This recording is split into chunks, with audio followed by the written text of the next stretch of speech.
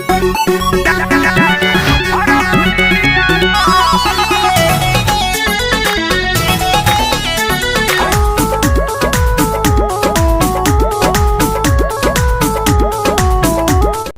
लोग नमस्कार। आप लोग कैसे हैं? आशा करता हूँ कि आप सब बहुत ही अच्छे होंगे। जी हाँ दोस्तों, आप सभी को बता दूं कि आपके चाहता singer global star Khesari Lal Yadav ji सारेगा हम भोजपुरी यूट्यूब चैनल पर एक बार फिर से धमाका करने वाला है। जी हाँ, तो कल सुबह में, जी हाँ, तो बहुत ही हाल का गाना आप सभी के बीच में खेसारी लाल यादव जी का रिलीज होने वाला है कल सुबह में। जी हाँ, तो 7:15 पे। जी हाँ दोस्तों, आप सभी को बता दूं कि बहुत ही नंबर 1 ट्रेंडिंग में चलने वाला गाना आप सभी के बीच में कल सुबह में। जी हाँ, तो सारेगा हम भोजपुरी यूट्यूब चैनल पे रिलीज होने जा रहा है। जी हाँ, तो जिस गाने का नाम है ए जानू तोहर लाल स्वेटर बा, बहुत ही हाल का गाना है।